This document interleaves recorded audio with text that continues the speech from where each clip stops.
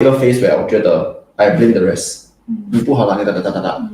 Hi guys, welcome to Sip and Share, the place where we share stories about people who are doing things a little bit different. Their vision, passion, and most painful lessons. See you in the videos. What is your biggest challenge as a mentor? Oh yes. As a mentor, I have a lot of challenges because I meet Huge ones. people all over from all walks of life. They come with different backgrounds, they have different wants, different needs, different ability. Yeah, correct. So the biggest challenge is as a female leader in the real estate industry, it's actually quite rare to find female leadership. There's a lot of female agents. However, females taking control and management a team of agents who is a mixture of male and female. And then I have all different ages. So I have like 20 plus all the way to 60 plus. Yeah. So I have to make sure that I'm being respected. Yeah. And naturally I attract quite a number of females to me because the ladies can understand the ladies a lot better. And so I have a lot of mummies who come into this industry wanting a very flexible time to build a business, earn some living, but still have time for the children. Yeah, correct. So I have a lot of such profiles coming to me, and one of the profile I'm very vivid is that when I got to know her, she actually had her real estate license for about 13 years. Oh, it's a long time, right? So, but she's not active. She's not practicing. She's not practicing. So I asked her, why are you not doing it? And then she says, I don't know how to start. So she's keeping her license alive like by renewing, paying the licensing fees. But she's actually using it. She's not using it because she's not so sure how to do it, and then like nobody is able to help or to guide. She don't know who to go to, and it's not easy because she's like maybe doing it part time because she has children, right? So I think and we all this is a self-employed business. So being in a self-employed business, I think everybody has a priority over their own time. So even if like she goes to anybody and asks, "Can you help me?"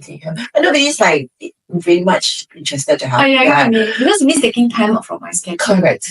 Yeah. So when I got to know her, I told myself, if I don't help, nobody else is going to help. So I decided that I'm going to invest time. Schedule her in. Yeah, I'm going to invest time, and there's no guarantee that she's going to become like top producer, so we don't know.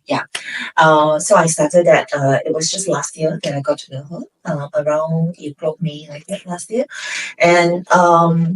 And then after the first meeting, I realized that she has a little bit lack of confidence.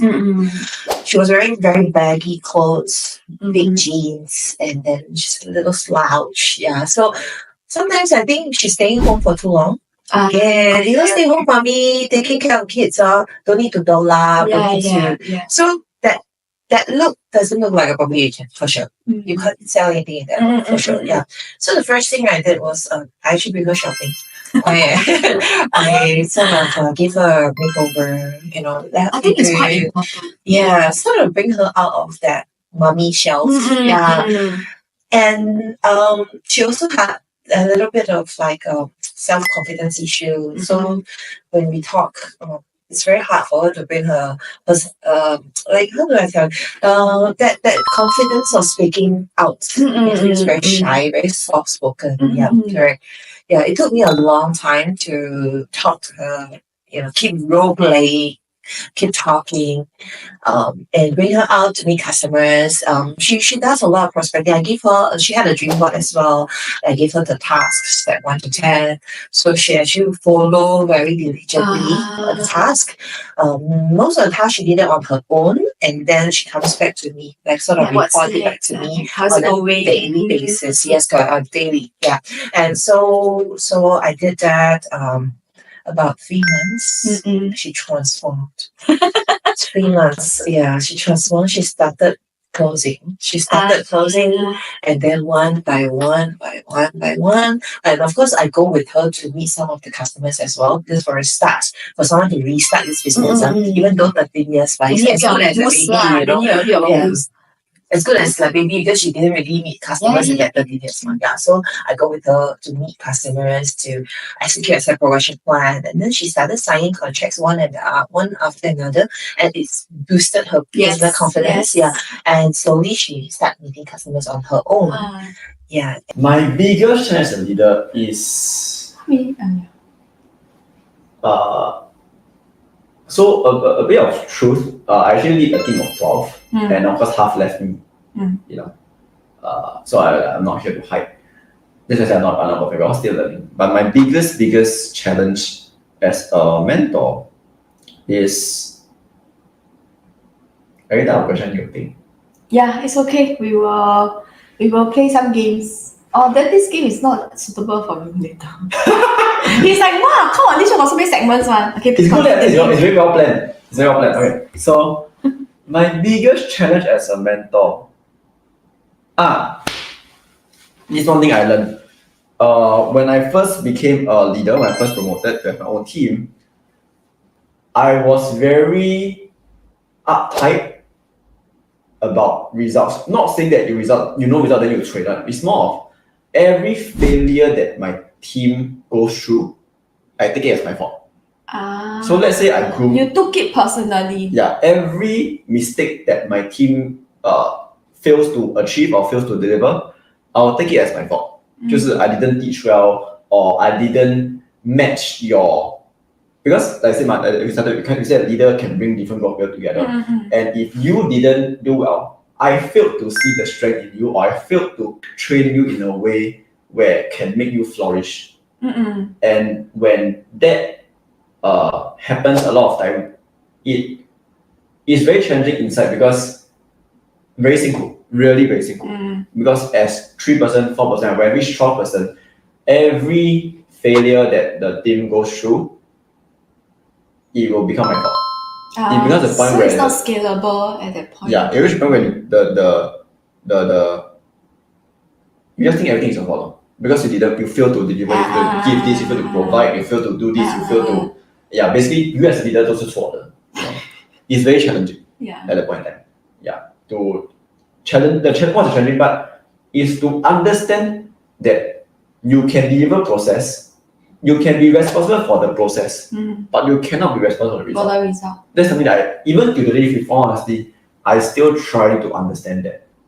I think accept and you understand, you already understand here but it's able to accept because it goes against your nature. So it's a bad thing, and it's a bad thing because that came from a good intention, but after a while and you keep failing, right? 我们都是人, you feel that can you help or not this person? Or you feel like 可能真的帮不了 some people are not cut up for you. You know, and but of course we should bring back to the question that I think she asked us now is like I mentioned about upgrading. Because again I think if I continue upgrading fast enough, 可能我就会学到一个 method, 一个 way, 对 you know. So again, if you don't continue learning, then 我就不可以. You stop growing, then your team also stops growing. So through these questions, because honestly last year was one of my worst year in my life. But long story short, I won't go into details. Is 一定会有一个 phase where 我觉得 I blame the rest. 你不好啦，你But then I realized I lose control of what I can do. So that's why wherever questions being asked, it's always my fault. Then we can make a change.